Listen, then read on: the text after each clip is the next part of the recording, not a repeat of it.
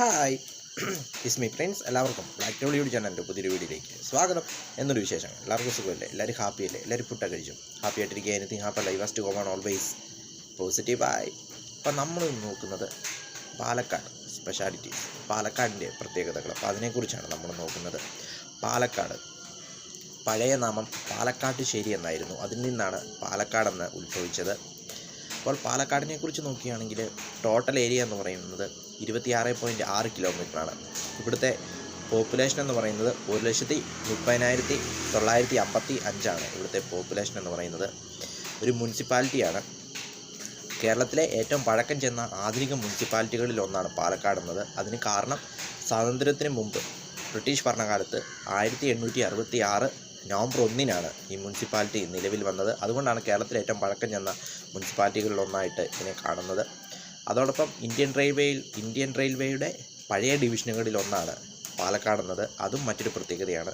പിന്നെ മറ്റൊരു പ്രത്യേകത എന്ന് പറയുന്നത് പാലക്കാട് നഗരത്തിൻ്റെ ഹൃദയഭാഗത്ത് സ്ഥിതി ചെയ്യുന്ന പാലക്കാട് കോട്ടയാണ്. പാലക്കാട് ഫോർട്ട് 1766 ഇത് ഹൈദരാലിയുടെ കയ്യിലായിരുന്നു. പിന്നീട് 1784 കോഴിക്കോട് രാജാവായ സാമൂതിരിയുടെ കൈകളിലേക്ക് എത്തി ചരിത്രപ്രസിദ്ധമായ പാലക്കാട് ഫോർട്ട് എന്നത്.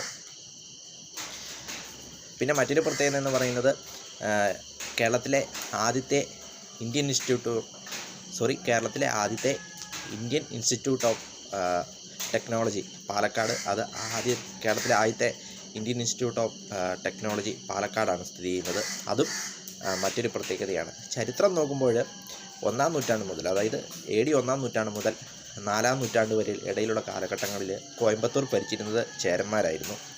അപ്പോൾ കോയമ്പത്തൂരിൽ നിന്നും, അതായത് തമിഴ്നാട്ടിൽ നിന്നും മലബാർ മേഖലയിലേക്കുള്ള വ്യാപാര പാതയായിരുന്നു പാലക്കാട്. അങ്ങനെയാണ് ഈ പാലക്കാട് പിന്നീട് ഡെവലപ്പായി വന്നത്.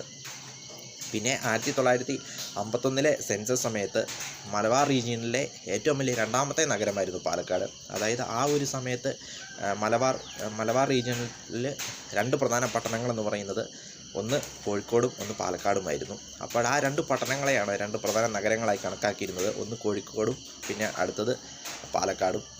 ഒടുവിൽ ഇപ്പോൾ ലുലു മാളും പാലക്കാടിൻ്റെ മറ്റൊരു പ്രത്യേകതയായിരിക്കുന്നു. ലുലു മാള്. അങ്ങനെ നിരവധി പ്രത്യേകതകളുള്ളൊരു നഗരമാണ് പാലക്കാട് എന്നത്. വീഡിയോ ഇഷ്ടപ്പെട്ടാൽ ലൈക്ക് ചെയ്യുക, ഷെയർ ചെയ്യുക, കമൻറ്റ് ചെയ്യുക, സബ്സ്ക്രൈബ് ചെയ്യുക. വീണ്ടും പുതിയ വീഡിയോയിൽ കാണാം. അതുവരേക്കും ടേക്ക് കെയർ, ബൈ.